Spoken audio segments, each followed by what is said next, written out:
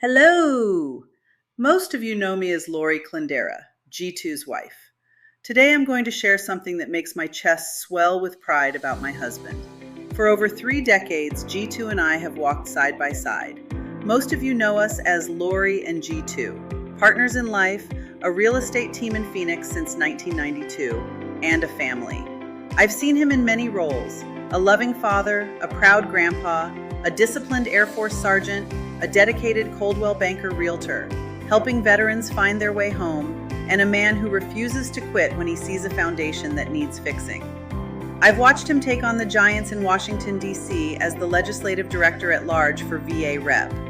I remember that day at the Toyota dealership in 2018 when he realized a buried flaw in the Blue Water Navy Act threatened the housing security of 95% of military families. He didn't just complain.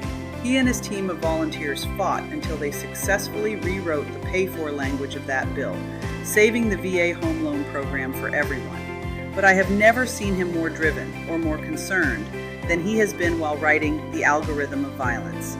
This book wasn't born in a library or a law office. It was born right here in our living room, watching the world change through our digital feeds. G2 began to see patterns that others were missing. As a real estate professional, he understands structural integrity. He began to see that the structural integrity of our national conversation was failing.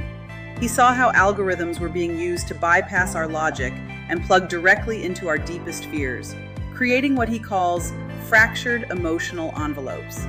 He saw the lone wolves being influenced by stochastic rhetoric, and he knew he had to troubleshoot the algorithm of violence just like he did the housing laws. Perhaps the most difficult part of this journey for both of us was when the book's theories became a biological reality in our own home. In December 2025, I was diagnosed with lung cancer.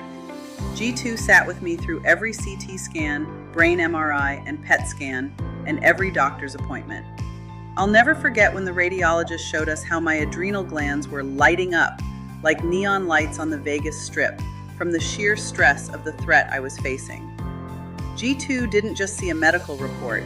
He saw the biological receipts of what happens when the human body is pushed into a permanent state of threat mode. He realized then that the words being blasted across the internet aren't just opinions. For the most vulnerable among us, they are a physical assault. They are the match being lit in a room full of gasoline. G2 is a 100% disabled veteran who has already given so much to this country. He isn't asking us to shred the Bill of Rights. He is asking us to be the responsible architects of our digital world. Following the legacy of his previous works, like his heartwarming children's book, Whiskers of the Heart, and Stolen Ground, a book that uncovers 200 years of social injustice built into the Fifth Amendment of the Bill of Rights, this new book is his mission statement. He is calling for a 9th pillar, a new way to look at speech that respects freedom while refusing to ignore foreseeable harm. It is his strategic map for saving the American experiment from an algorithm that profits from our division. I have seen the heart and the forensic discipline he has poured into every page. I believe his message is exactly what our house needs to survive the storm. I'm Lori Clindera, and I can't wait for you to read what my husband has uncovered.